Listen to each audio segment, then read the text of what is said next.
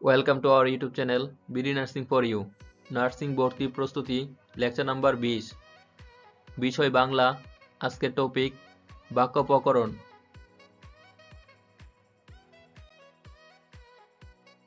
বাক্য প্রকরণ। ভাষার মূল উপাদান ধ্বনি। ভাষার মূল উপকরণ বাক্য। বাক্যের মূল উপাদান শব্দ। একটি আদর্শ বাক্যের বা সার্থক বাক্যের তিনটি গুণ থাকতে হয়। 1. আকাঙ্ক্ষা, 2. আসক্তি, 3. যোগ্যতা। যোগ্যতা। বাক্য স্থিত পদসমূহের অন্তর্গত এবং ভাবগত মিলনবন্ধনের নাম যোগ্যতা। বাক্যের যোগ্যতা 6টি বিষয়ের উপর নির্ভর করে। এ 6টির অন্তত একটি থাকলে বাক্য যোগ্যতার গুণ হারাবে। যথা: 1. অর্থ, 1. দুর্বোধ্যতা,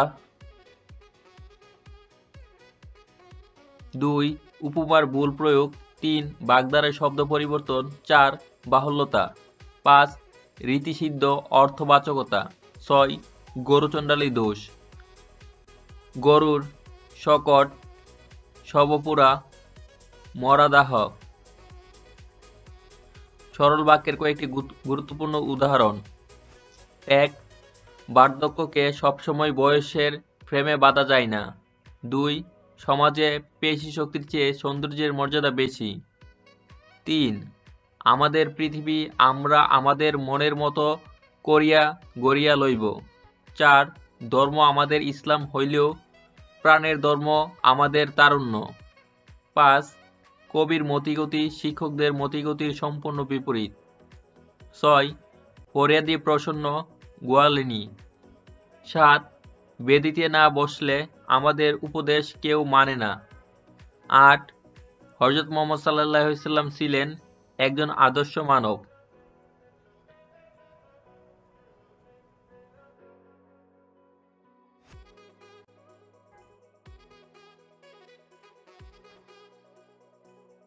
নয়, তুমি অদম বলে আমি উত্তম হইব না কেন?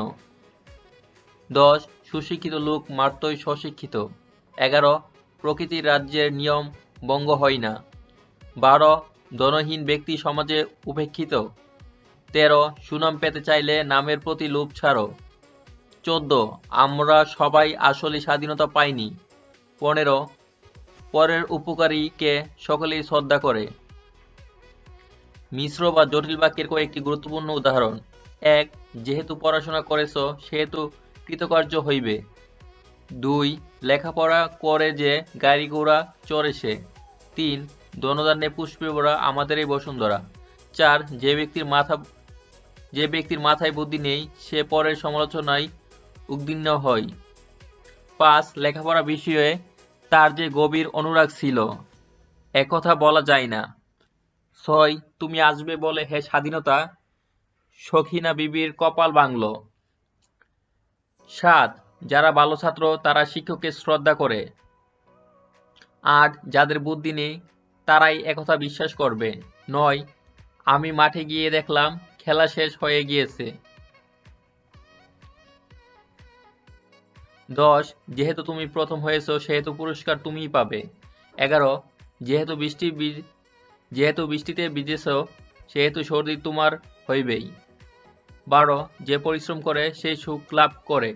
13. সবাই জানেন যে কালো টাকার মালিকগণ সুখী হন না। 14. যদি তারে নাই চিনি গো সে কি আমারে নেবে চিনে। 15. তিনি বাড়ি আছেন কি না আমি জানি না। 16. খাঁটি সোনার চাইতে খাঁটি আমার দেশের মাটি। 17. যতই করিবে দান ততই যাবে বেড়ে। 18. তুমি ঢাকায় যাবে বলে আমি উদ্বিগ্ন হয়ে আছি। 19. যেহেতু নির্বাচন হয়েছে সেহেতু দেশে গণতন্ত্র ফিরে আসবেই। 20. যে ভিক্ষা চাই তাকে দান করো। 21. যতদিন বেঁচে থাকবো ততদিন এ ঋণ স্বীকার করব। 22. যখন বিপদ আসে তখন দুঃখ আসে। 23. যদি সে কাল আসে তাহলে আমি যাব। যৌগিক বাক্যের গুরুত্বপূর্ণ কিছু উদাহরণ: 1. সে না এলে তুমি যাবে না কিন্তু সে বলে পাঠিয়েছে যে তার আসতে দেরি হবে। 2.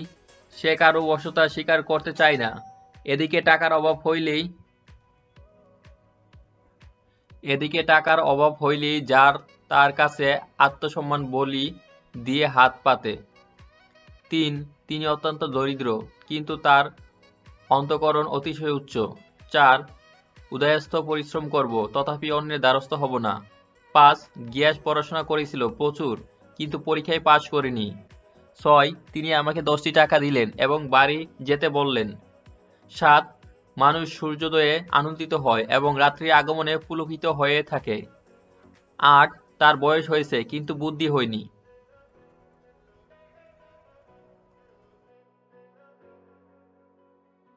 9.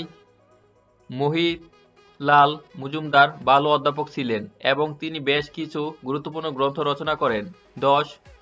জননেতা জনগণকে উৎসাহিত করলেন বটে, কিন্তু কোনো পথ দেখাতে পারলেন না। 11. তার টাকা আছে কিন্তু তিনি দান করেন না। 12. আমি বহু কষ্ট করিয়েছি, ফলে শিক্ষা লাভ করেছি। 13. তার বয়স বেড়েছে কিন্তু বুদ্ধি পাকেনি। 14. মন্ত্রী এলাকা পরিদর্শনে যাবেন ও বন্যার্তদের তিনি সাহায্য দেবেন। 15. তারা দুজনে খুব ঝগড়া করে বটে, কিন্তু একজন যদি খাবার অন্য একটি বার্গার পাই দুজনে ভাগ করে খায়। 16. মিথ্যা কথা বলিনি, তাই বিপদে পড়েছি। 17. মেঘ গর্জন করে, তবে ময়ূর নৃত্য করে। 18. বিপদ এবং দুঃখ এক সময়ে আসে। আমাদের বাংলা লেকচারের প্রতিটি ভিডিও মনোযোগ দিয়ে দেখবেন, নিজেকে সবার থেকে এগিয়ে রাখবেন। নার্সিং ভর্তি প্রস্তুতি, নার্সিং জব প্রস্তুতি, নার্সিং বোর্ড প্রশ্ন সমাধান, নার্সিং পড়ালেখা ও নার্সিং এর তথ্য সবকিছু সবার আগে পেতে please subscribe our YouTube channel BD nursing for you.